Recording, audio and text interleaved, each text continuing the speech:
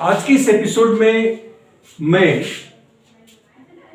एक बहुत ही दुर्लभ जो है जानकारी आप लोगों के साथ साझा करना चाहता हूं कि अंग्रेजी बोलते समय जो अक्सर या बार बार जो वाक्य प्रयोग होते हैं जिसमें कि हम चाहे तो आज्ञा या आदेश देते हैं किसी को लेट की मदद से, या प्रस्ताव देते हैं या सुझाव देते हैं लेट का प्रयोग करके, या अपनी इच्छा व्यक्त करते हैं हम लेट का प्रयोग करके। वैसे तो इस प्रत्येक सेगमेंट का, इनमें से प्रत्येक का हम अलग अलग आपको एपिसोड्स कराने वाले हैं, लेकिन लेट का जो है, क्योंकि लेट के बारे में इस प्रकार की जानकारी दुर्लभ है, जो उपलब्ध नहीं है। हमें अगर सिर्फ पता हो कि लेट को जब हम किसी खास तरीके से सेंटेंस पैटर्न में यूज करेंगे तो वह आज्ञा या आदेश को व्यक्त करेगा, और एक खास पैटर्न में यूज करेंगे तो वो प्रस्ताव या सुझाव को व्यक्त करेगा, और एक खास पैटर्न में अगर यूज करेंगे तो वो इच्छा को व्यक्त करेगा। इसमें थोड़ा सा वीडियो की लंबाई थोड़ी सी ज्यादा हो सकती है, लेकिन एक ही कड़ी में ये फर्क समझना बहुत जरूरी है, क्योंकि बोलते समय हम यूजुअली साधारणतया हम लेट का एक ही प्रकार से हम व्यक्त करते हैं। हमें यह पता भी नहीं होता कि हम क्या व्यक्त कर रहे हैं। हम इच्छा को व्यक्त करने के लिए वही पैटर्न यूज करते हैं, प्रस्ताव को व्यक्त करने के लिए भी वही पैटर्न यूज करते हैं, और आज्ञा या आदेश को भी जो है व्यक्त करने के लिए वही पैटर्न यूज करते हैं। लेकिन इनमें बहुत फर्क है, और ये छोटी सी फर्क उसके भावार्थ में, उसके सेंस में बहुत बड़ा बदलाव लाता है। हमें तो एग्जैक्टली वो बात कहनी है जो हम कहना चाहते हैं। वो कैसे कहें, इसलिए जरूरी है कि आप इस रूल को ध्यान में रखें बोलने से पहले, और अलग अलग परिस्थिति के लिए उस अलग अलग पैटर्न ऑफ सेंटेंस का ही हम प्रयोग करें। सबसे पहले हम जो आज्ञा या आदेश जब हम देते हैं किसी को, तो उसमें होता है कि लेट के साथ हम हिम, हर, देम या नाउन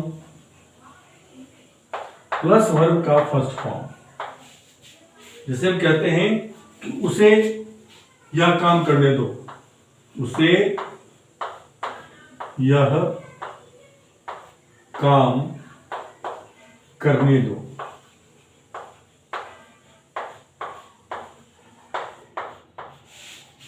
उसे यह काम करने दो का यह पैटर्न यूज होगा। और दूसरा जो तरीका होता है इसमें कि हम इसमें टैग लगा देते हैं, दूसरा होता है लेट प्लस हिम, हर, देम के साथ नाउन आएगा, और नाउन के साथ वर्ब का फर्स्ट फॉर्म आएगा, प्लस में ऑब्जेक्ट यहां भी आएगा, उसके बाद अदर वर्ड्स आता है, यहां भी ऑब्जेक्ट आएगा, प्लस में अदर वर्ड्स आएगा, लेकिन साथ में कॉमा में यहां हम लगा देते हैं सबके साथ, चाहे वो नेगेटिव हो या पॉजिटिव हो, विल यू लगा देते हैं, तो ये टैग हो जाता है। दो तरीके से हम इस वाक्य को जो है व्यक्त कर सकते हैं। यह एक प्रकार से आज्ञा या आदेश है, आज्ञा या आदेश। इस सेंटेंस को बोलने के लिए हम बोलेंगे let him do this work, let him do this work.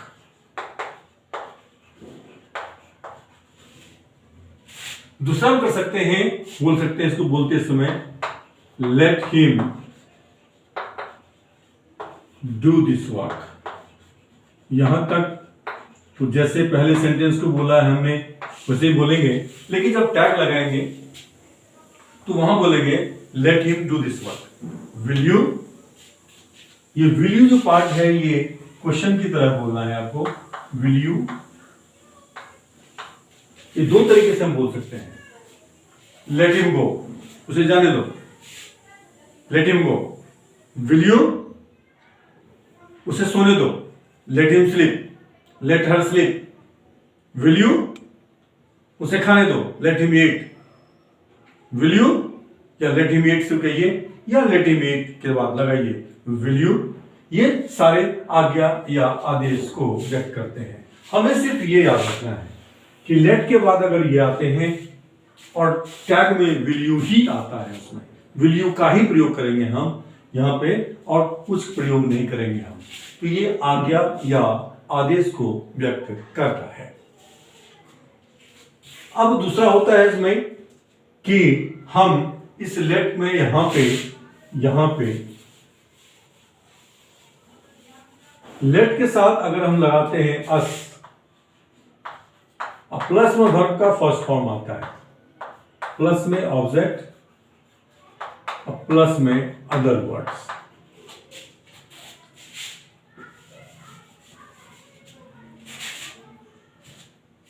तो ये प्रपोजल या ये सुझाव या प्रस्ताव, प्रपोजल या सजेशन को व्यक्त करने के लिए प्रयोग में लाया जाता है। और इसमें क्या होता है, इसमें लेट के बाद ऐसा आएगा, वर्ब का फर्स्ट फॉर्म आएगा, प्लस में ऑब्जेक्ट आएगा, प्लस में अदर वर्ड्स आएगा, और यहां टैग में आएगा शैल वी।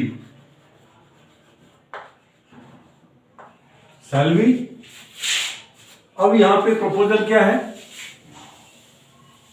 यहां कि हम लोग घर चले, हम लोग ये करें, हम लोग वो करें, जो कुछ भी करें। अब हम लोग घर चले, अब हम लोग घर चले।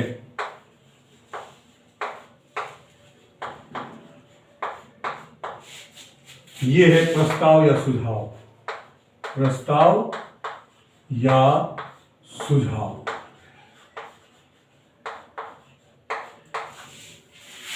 We simply need to make certain sentences of all these three categories. We have to make 3 to 4 sentences. We just have to remember कि आज्ञा या आदेश के लिए लेट के साथ जो आएगा प्रोनाउन ऑब्जेक्टिव केस में वो आएगा हिम, हर, देम या कोई नाउन आएगा, और वहां पे टैग में हमेशा विल यू आएगा।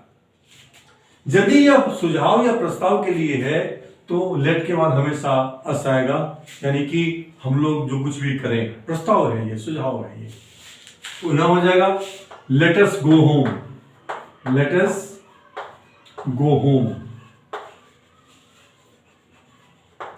या let us go home, let us go home.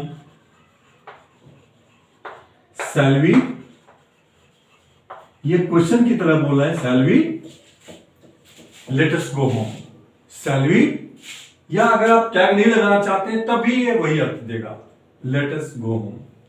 Let us go home means कि यहां पे अस लगा हुआ है लेट के बाद, तो ये हमेशा प्रस्ताव होगा या सुझाव होगा। हम लोग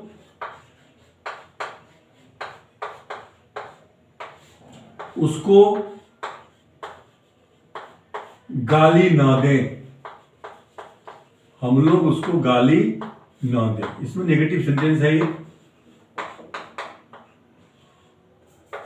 प्रस्ताव है, सुझाव। यहां पे नॉट जो है ये फर्स्ट हेल्पिंग वर्ब के ठीक पहले आ जाएगा, यहां पे ये हो जाएगा लेट्स, या इसे भी लिख सकते हैं आप या अलग करके भी लिख सकते हैं, लेट्स नॉट,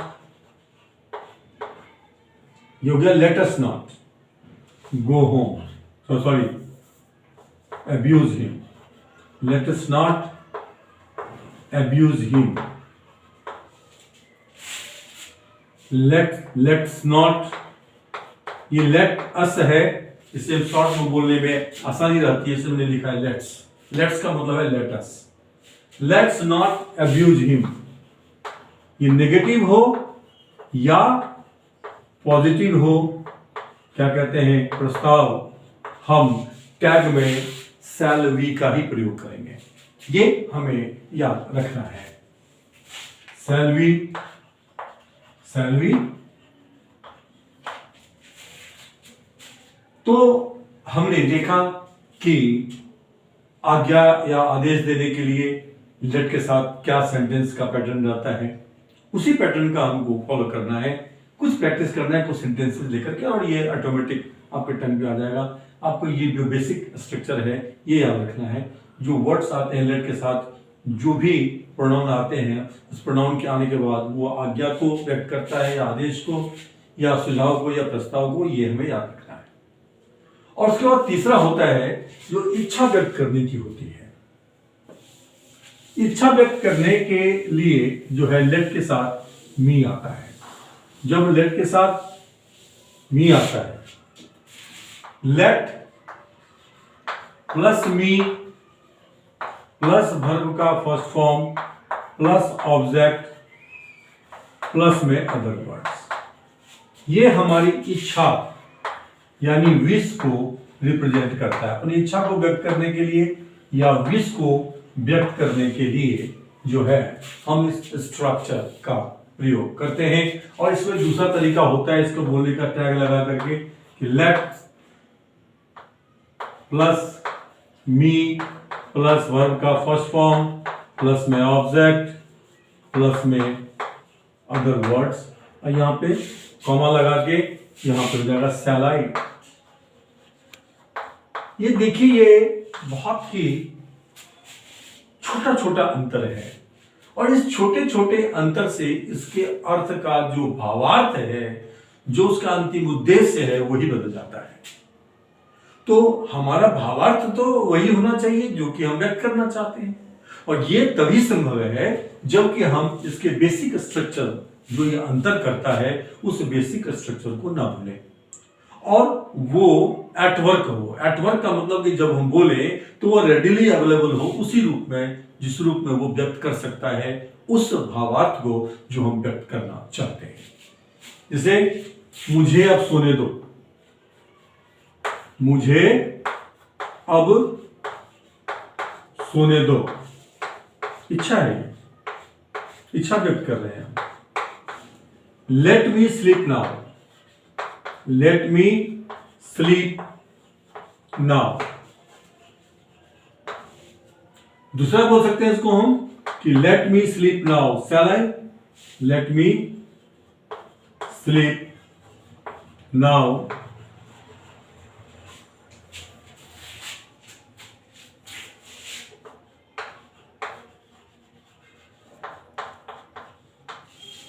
आप इसको चाहे तो अवॉइड भी कर सकते हैं, इसको this can be avoided, simple sentence ऊपर वाला है उसी का प्रयोग करें आप, ठीक है। इसका प्रयोग हम बहुत कम करते हैं। जो प्रयोग होता है ये रखना है कि लेट के साथ मी आएगा, वर्ब का पहला फॉर्म आएगा, फिर ऑब्जेक्ट आएगा, फिर अदर वर्ड्स आएगा, तो ये इच्छा को व्यक्त करेगा। लेट के बाद मी आएगा तो वो व्यक्ति अपनी इच्छा व्यक्त करेगा। लेट के साथ अस आएगा तो वो जो समूह है बोलने वाला वो अपना प्रस्ताव या सुझाव दे रहा होगा। और लेट के साथ अगर हिम, हर, देम या कोई नाउन आएगा तो वह याद रखें कि वह आज्ञा या आदेश होगा। जिन्होंने चैनल को अब तक सब्सक्राइब नहीं किया है, मैं आपसे निवेदन करूंगा कि please to subscribe this channel. और अगर आपको ये हमारी प्रेजेंटेशन कंटेंट्स के साथ, कॉन्सेप्ट के साथ अगर आपको अच्छा लगता है और आपको लाइक करने का लाइक लगता है तो आप जरूर लाइक करें, इससे हमारे मोटिवेशन मिलती है। और इस मोटिवेशन की वजह से हमारी कोशिश रहती है कि हर आने वाला एपिसोड पहले से बेटर प्रेजेंटेशन के साथ वो प्रेजेंट हो। फिर मिलते हैं आपसे अगले एपिसोड में कुछ इसी तरह के वाक्य को लेकर। तब तक के लिए thank you very much for watching this video. See you in the next episode.